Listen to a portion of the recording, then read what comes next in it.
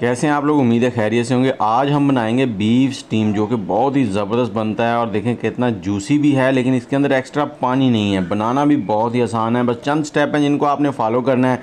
और ईद के ऊपर हर घर में बीफ तो होता ही है और सभी की कोशिश होती है कि कुछ ऐसा बनाया जाए जो सेहत के लिए हेल्दी हो।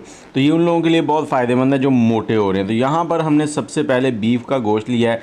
मेरे पास ये मछली का गोश्त है, तो ये मैंने 1.5 किलो लिया है। इसमें हड्डी बिल्कुल नहीं है। और सबसे पहले हमने इसको धो लिया है। धोने के बाद अब इसको मैरिनेट करना है। यहाँ पर हमने आधा कप सिरका डाला है और 1 टेबलस्पून नमक डाल दिया। इसको अच्छे से यहाँ पे मिक्स करना है। इसके ऊपर मसल देना है हाथों की मदद से। 2 से 3 मिनट लगेंगे आपको। और जैसे जैसे आप इसको मसाज करते जाएंगे ये गोश्त जो है ना ये वाइट होना शुरू हो जाएगा। साथ ही इसकी रंगत जो है वो वाइट होने लगेगी। उसके बाद आपने इसको आधे घंटे के लिए छोड़ देना है। आधा घंटा साइड में रखेंगे। और अब ये देखें कितना इसमें ब्लड वाला पानी सा निकल आया है। ये देखें, इस पानी को हमने निकालना है। गोश्त को हमने यहाँ पे धोना नहीं है, गोश्त को साइड में निकलेंगे। सिर्फ ये पानी जो निकला है ये निकाल देंगे। और सिरका जो है ना ये गोश्त को अंदर से गलाने में बहुत मदद करता है। तो ये देखें हमने पानी इसका निकाल दिया। अब इसको मसाले लगाएंगे और मसाले जो हैं इसको थोड़े से तेज़ ही लगते हैं ताकि ये अंदर से आपको फीका ना लगे। यहाँ पर हल्दी पाउडर 1 चाय का चम्मच डाल दिया है। नमक हम 1 से 1.5 चाय का चम्मच डालेंगे, क्योंकि नमक हमने पहले भी इसको लगाया है। और नमक भी थोड़ा सा तेज़ ही रखा जाता है ताकि अंदर तक इसका टेस्ट आए। और अजवाइन मत भूलिएगा, कुछ लोगों को इससे गैस हो जाती है खाने के बाद, तो उनके लिए अजवाइन बहुत फ़ायदेमंद है। अजवाइन 1 चाय का चम्मच, लाल मिर्च 1 चाय का चम्मच, कुटी हुई लाल मिर्च पाउडर 1 चाय का चम्मच। और यहाँ पर हमने गरम मसाला डाला है 1 चाय का चम्मच भर के। और साथ ही यहाँ पर धनिया पाउडर 1 चाय का चम्मच डालेंगे भर के। और ज़ीरा पाउडर जो है वो आधा चाय का चम्मच डालना है आपने। ये जावित्री पाउडर है, थोड़ा सा डाल देंगे इसमें, जायफल जावित्री। 2 टेबलस्पून हमने इसमें लहसुन अदरक का पेस्ट डाल दिया है। और 1 नींबू का रस ऐड कर देंगे। इसको ऐड करने के बाद आपने इसको अच्छी तरह हाथों की मदद से मिक्स करना है ताकि ये जो मसाला है ये सारा एक जैसा और सभी पे कोट हो जाए। और इसके साथ ही मुझे कमेंट में ये बताएं कौन से शहर में बैठ के आप हमारी वीडियो देख रहे हैं। और इसमें जो बीज चले जाएंगे वो बीज आपने निकाल देने हैं। बीज जो होते हैं ना इनका टेस्ट थोड़ा कड़वा सा होता है, तो इसलिए सारा टेस्ट ख़राब हो जाएगा अगर बीज रह गए, तो आपने बीज ज़रूर निकालने हैं। अब इसको अच्छे से यहाँ पर हमने मिक्स कर देना है। और मिक्स करने के बाद आपने इसको कम से कम 4 से 5 घंटे का जो है ना वो रेस्ट देना है, फ्रिज के अंदर रख दें। और 4 से 5 घंटे के बाद अगला स्टेप जो है उसमें आपने क्या करना है, इसके अंदर 1 अंडा डालना है।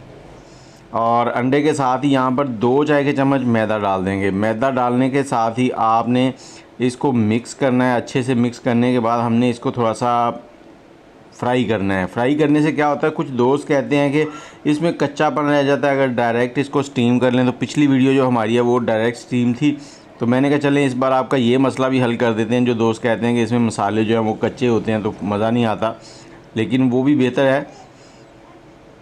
ये देखें कितना ज़बरदस्त हो गया है। तो अब हमने एक पैन के अंदर आधा कप के करीब ऑयल लेना है। ऑयल भी ज़्यादा नहीं लेना क्योंकि हमने इसको चारों साइडों से फ्राई करना। और पीस थोड़े से बड़े हैं, कुछ लोग छोटे पीस जो हैं उनको स्टीम करते हैं, तो वो भी हो सकते हैं। ये बड़े पीस भी स्टीम हो जाते हैं। आधा कप ऑयल लिया। अब इसके अंदर हमने ये पीसेज रखने हैं और इनको चारों साइडों से लाइट गोल्डन सा कर लेना ताकि मसाले जो हैं उनका कच्चापन ख़त्म हो जाए। और खुशबू तो अभी से बहुत ज़बरदस्त आ रही है। तो ये ऐसी डिश है कि जो कोलेस्ट्रॉल या ब्लड प्रेशर के मरीज़ हैं वो भी ले सकते हैं। लेकिन ब्लड प्रेशर का मरीज़ जो है ना वो थोड़ा एहतियात के साथ, क्योंकि इसमें मसाले होते हैं तो ये थोड़ा गर्म भी होता है, तो ज़्यादा खाने से उनका ब्लड प्रेशर भी बढ़ सकता है। लेकिन कोलेस्ट्रॉल वालों के लिए बहुत ही फ़ायदेमंद है क्योंकि इसमें जितना भी ऑयल होगा वो निकल जाएगा। अब आपने इसको पलट कर इसकी चारों साइडों से इसको लाइट गोल्डन कर लेना है ताकि मसालों का कच्चापन ख़त्म हो जाए। और जैसे ही ये पक जाएंगे इसके बाद हमने इसको निकाल लेना है। और जितने पीसेज हैं आपने सभी को इसी तरह से फ्राई कर लेना। फ्राई करने के बाद एक प्लेट में निकालेंगे। फिर चलते हैं इसके बाद अगले स्टेप की तरफ, जो कि सबसे इम्पॉर्टेंट है, जिसमें इसको स्टीम किया जाएगा। और आप कह रहे होंगे कि ये सेहत के लिए कैसे हेल्दी, इस पर तो ऑयल लग गया। लेकिन जब आप स्टीम करेंगे इसके अंदर जितना भी ऑयल होगा ना वो नीचे निकल जाएगा। यहाँ हमने प्रेशर कुकर में 1 लीटर पानी डाल दिया। आपने 1 से 1.5 लीटर पानी डाल लेना। उसमें थोड़ी सी पुदीने की डंडियाँ डाल दें खुशबू के लिए। जाली रखें, जाली के ऊपर इस तरह से बटर पेपर लगाएं। मेरे पास छोटे बटर पेपर थे तो मैंने इस तरह से 2 अलग अलग साइड्स में लगा लिए हैं। इसके ऊपर आपने इस तरह से ये पीसेस रखने हैं सारे पीसेस रखेंगे इसके ऊपर और कोशिश करेंगे बिल्कुल इससे हिसाब से रखें कि प्रेशर कुकर की जो ऊपर वाली छत होती है ना, जब आप ढकना लगाएंगे तो उसके साथ टच ना हो। ये ना हो कि आप इतने ज़्यादा रख देंगे वो ऊपर टच हो जाए, फिर एयर ना निकले तो फिर फट जाएगा। अब ये नीचे जो फॉइल पेपर है, बटर पेपर है, इसके अंदर हमने 2 सुराख कर दिए ताकि इसका जो ऑयल निकलेगा वो नीचे चला जाए। इसको इस तरह से फोल्ड कर देंगे और एक बटर पेपर इस तरह से लगा देंगे ताकि जो स्टीम का पानी है वो इसके ऊपर ना लगे। अब ढकना लगाएंगे। ढकना लगाने के बाद आपने इसको दम वाली आंच के ऊपर 1.5 से 2 घंटे पकाना है और उसके बाद आपको जो रिज़ल्ट है वो दिखाते हैं।